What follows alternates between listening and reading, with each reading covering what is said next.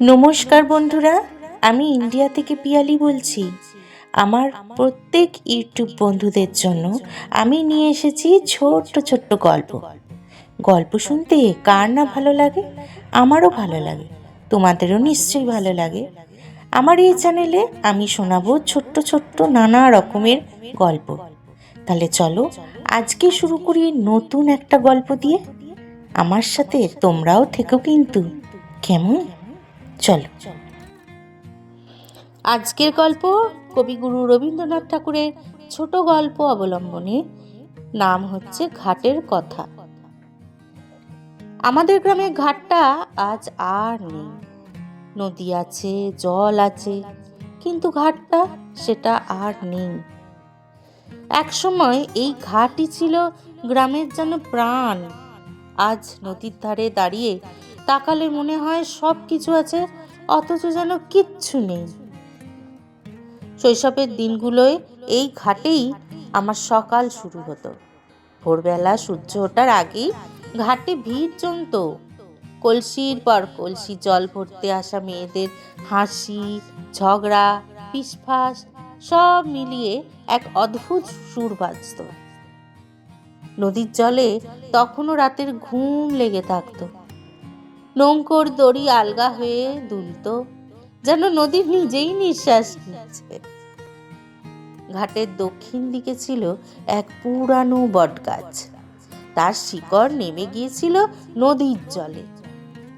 আমরা ছেলেরা সেই শিকড়ে ঝুলে ঝাঁপ দিতাম সোজা গিয়ে নদীতে। মায়ের বকুনি কানেই ঢুকতো না, কারণ ঘাট ছিল আমাদের সাহসের জায়গা। ঘাটের সবচেয়ে পরিচিত মানুষ ছিলেন গিরিশ কাকা। প্রতিদিন সকালে তিনি এসে ঘাটের সিঁড়িতে বসতেন। বয়স হয়ে গিয়েছিল, তাই সেরমভাবে ভালোভাবে তিনি হাঁটাচলা করতে পারতেন না, কিন্তু হলে কি হবে, ঠিক সময়ে তিনি কিন্তু ঘাটের সিঁড়িতে এসে হাজির হতেন। তার হাতে থাকতো এক খাবলা বিড়ি, আর চোখে থাকতো গভীর ক্লান্তি। তাকে কোনোদিন কিছু বলতে পারিনি, তবে একদিন সাহস করে জিজ্ঞেস করেছিলাম, কাকা, ও কাকা, আপনি রোজ এখানে বসেন কেন? তিনি হেসেছিলেন, বলেছিলেন, ঘাট মানুষকে কথা বলতে শেখায় রে। এখানে বসলে নিজের সঙ্গে কথা বলা যায়, বুঝলি? হে হে হে হে হে। তখন কিন্তু বুঝিনি, তবে আজ বুঝি। দুপুরের দিকে কি হতো, সূর্য ঠিক মাথার উপরে যখন উঠতো, ঘাটে আসতো বিনোদিনী। সাদা কাপড়, নিঃশব্দ পা। লোকেরা ফিসফিস করতো আর বলতো অল্প বয়সে বিধবা, ভাগ্যটাই তার খারাপ। কিন্তু বিনোদিনীর চোখে ছিল এক শান্ত গভীরতা। সে নদীর জলে তাকিয়ে থাকতো অনেকক্ষণ ধরে। গিরিশ কাকা একদিন বলেছিলেন, নদী সব নিয়ে যায় না মা, কিছু রেখেও দেয় রে।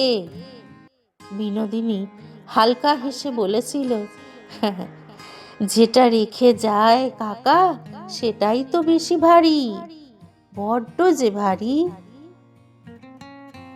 সময় এগিয়ে গেল, আমরা বড় হলাম। আমি শহরে চলে গেলাম আমার নিজস্ব পড়াশোনার কাজে। নদী, ঘাট, বটগাছ সবই যেন রয়ে গেল স্মৃতির সেই ভিতরে।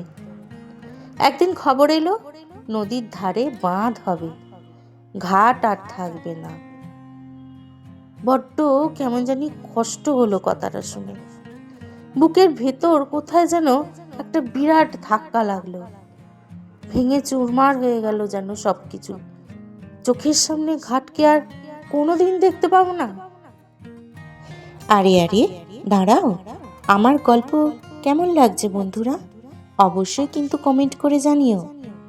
আর যদি ভালো লেগে থাকে তাহলে প্লিজ সাবস্ক্রাইব করে লাইক করে আমার পাশে থেকো।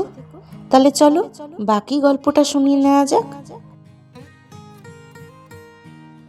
বহু বছর পর গ্রামে ফিরলাম, আর তখনই সোজা চলে এলাম আমাদের সেই ঘাটে।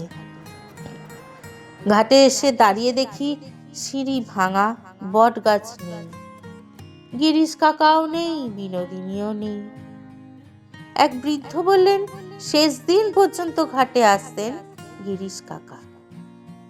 আমি নদীর দিকে তাকালাম। নদী সব জানে, কিন্তু তাও আজকে সে চুপ।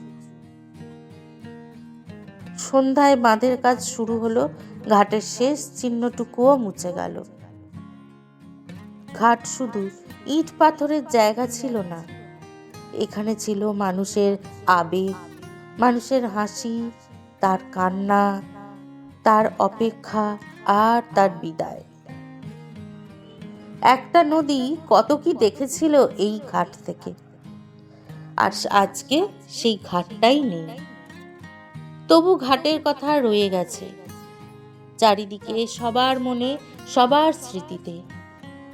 মানুষ চলে যায়, কিন্তু স্মৃতিটা আমাদের মধ্যেই যেন থেকে যায়, ঠিক এই নদীর মতো।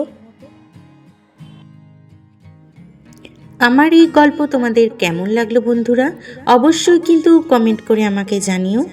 আমি এরকমই ছোট্ট ছোট্ট গল্প তোমাদের সামনে নিয়ে আসবো। আজকের মতো তাহলে বিদায় নিই, চলে আসবো আবার আর একটা নতুন গল্প নিয়ে। রকমারি গল্পের সম্ভারে তোমাদের সাথে আবার দেখা হবে। আজ তাহলে আসি, কেমন? টাটা।